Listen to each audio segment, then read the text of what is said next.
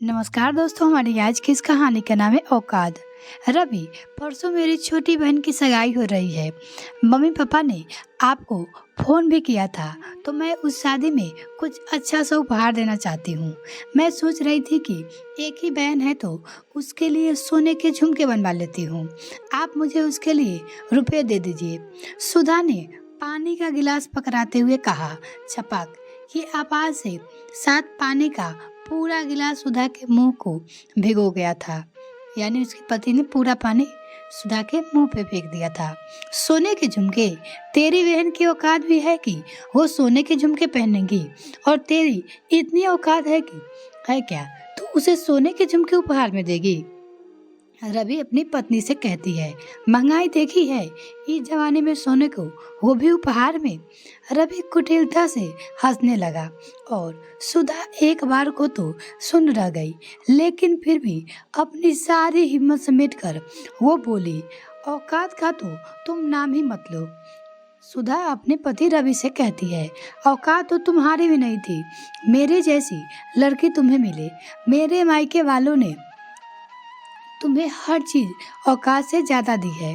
सुधा अपनी पति से कहे जा रही थी, तुम्हारी तो मोटरसाइकिल की भी औकात नहीं थी। आखिर करते क्या हो? बैंक में एक छोटी सी नौकरी ही तो करते हो।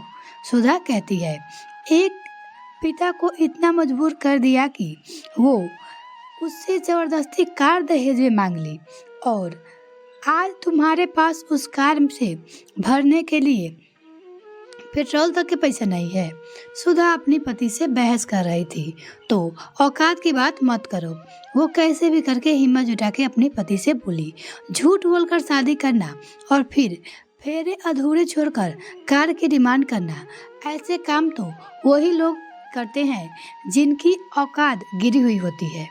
क्योंकि उसके पति ने शादी के वक्त, फेरे के वक्त कार की डिमांड कर दी। जब तुम्हारी बहन सोने की झुमके मांग सकती है तो मेरी बहन को हम उपहार क्यों नहीं दे सकते?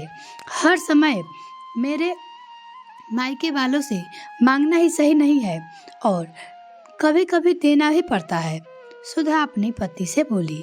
तभी सुधा जी की सास आ जाती है। सुधा, तू ज्यादा ही बोल रही है, अपनी औकात में रह। सुधा की सास बोलती है, रहा कर, तेरे बाप ने ऐसा भी क्या अनोखा कर दिया? हर बाप अपनी बेटी को दहेज में देता है, ये तो दुनिया की रीत है। हमने भी अपनी बिटिया को दिया है। ये लेन देन का तो रिवाज तो सदियों से ही चला आ रहा है। सुधा की सास बीच में ही आकर बोल पड़ती है। रीमा भी गुस्से में बोलती रहती है, हाँ मम्मी, सुधा की जबान ज्यादा ही चलने लगी है। सुधा के पति रवि बीच में बोलता है, आजकल कुछ ज्यादा ही बोलने लगी है। इसे इसके मायके छोड़ आता हूँ, बहुत ज्यादा सिर पे चढ़ गई है। रवि अपनी मम्मी से बोल रहा था, 4 दिन मायके में बैठेगी तो जमीन पे आ जाएगी। रवि ने तेज आवाज में अपनी माँ से कहा। आज सुधा ने मन मजबूत कर लिया था, और जब से शादी होकर आई है उसने काफी शारीरिक और मानसिक यंत्रणा सही थी, और बहुत समय से वो सह रही थी, पर वो अपनी छोटी बहन की शादी सही घर में हो जाए बस उसके लिए रुकी हुई थी। और आज वो चुप रही, और उसने अपनी शादी में मिले कुछ रुपए से और पहले की बचत से बहन को शादी का उपहार देने का निश्चय कर लिया। अब वो पति से मांगने वाली नहीं थी, जो उसके पास था वही देने का सोच ली। सुधा की खामोशी को रवि और रीमा जी ने कमजोरी समझ लिया। शादी अच्छे से निपट गई। सुधा ने चुपके से बहन को झुमके उपहार दे दिया, अपने पति और सास को बिना बताए। शादी के 2 दिन बाद अधिकांश काम निपट गया। रवि और रीमा जी अपने घर जा चुके थे। उसकी सास और पति ससुराल आ गए थे, पर 4-5 दिन बाद रवि का फोन आया कि सुधा, अब घर भी आ जाओ। वो उस पत्नी से अपना कहता है, मेरी मम्मी कब तक रसोई में खड़ती रहेगी? मायके वालों को बहुत सेवा कर ली। रवि बोल रहा था, कल सुबह तक आ जाना, वरना फिर वही रहना, मुझे तेरी कोई जरूरत नहीं है। रवि अपनी धमकी देते हुए सुधा से कहता है कि अगर नहीं आएगी तो वहीं रहना।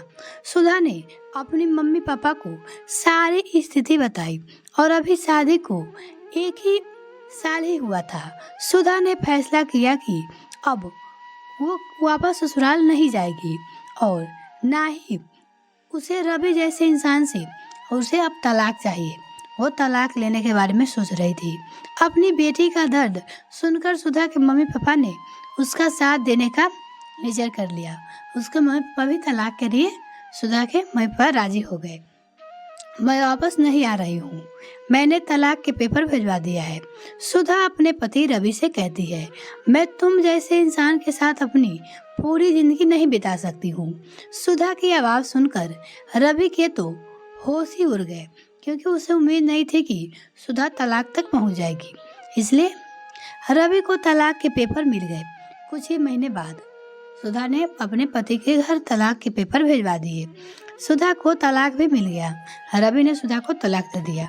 अरे ये कार और दहेज का सामान तो नहीं देंगे। रवि ने विरोध व्यक्त किया। वो जो दहेज में मिला था वो सामान देना नहीं चाहता था, पर सामान और कार वापस सुधा के परिवार वालों को सौंप दिया गया, क्योंकि कोर्ट के आदेश पर तो सामान वापस देना ही पड़ता है। सुधा ने अपनी अधूरी पढ़ाई जारी रखी और बैंक की प्रतियोगी परीक्षा दी और वो बैंक में मैनेजर बन गई। उसकी पहली पोस्टिंग उसी बैंक में हुई जहां उसका पति रवि काम करता था।